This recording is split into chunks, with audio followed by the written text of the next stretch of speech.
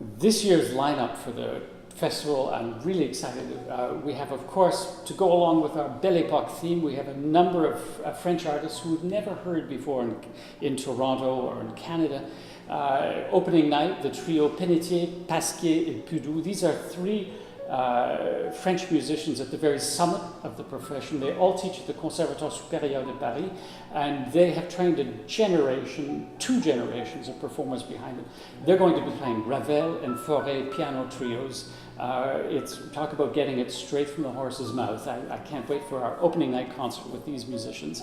We have also Cédric Tiberghien, a young pianist who's never performed in Canada. Wonderful young pianist who's going to be at Kerner Hall. We have a young cellist, Marc Copé, who also teaches at the Conservatoire Supérieur de Paris, who's never performed in Canada. He'll be joining us as part of our Mentors and Fellows program the final week. And we also have the Labec sisters, Katia and Marielle, the glamorous piano duo of French classical music. And they'll be playing a concert that I'm really excited about. They're presenting a very interesting and thought-provoking history of minimalism in music. And it's called the Minimalist Dreamhouse Project. And they're starting off with, of course, Eric Satie, which is sort of the first minimalist music, and that's the tie, of course, into this year's theme of La Belle Époque. Eric Satie was an integral part of music scene in early 20th century Paris. And his music, the beginning of minimalism, then they're moving through later into the 60s when, and this is where the Minimalist Dreamhouse Project really began to, had a name, if you like, at the Salon of John Lennon and Yoko Ono. And in New York, they invited John Cage and Lamont Young and all these other artists to discuss different ways of producing music.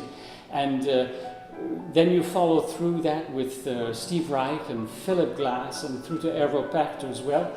And this is a really interesting overview of how minimalism developed in art music, as you like. But what's really fascinating about the project is they then take the influence of minimalism as it went into commercial genres as well, and rock. So it represents in a way a kind of a personal triumph for me to take one of my favorite rock groups, Radiohead. And we actually now are having the music of Radiohead and Sonic Youth being played by a rock band backing up the Labec sisters on stage in Kerner Hall on August 1st. And this is part of the Minimalist Dreamhouse Project. I think it's really going to be wonderful.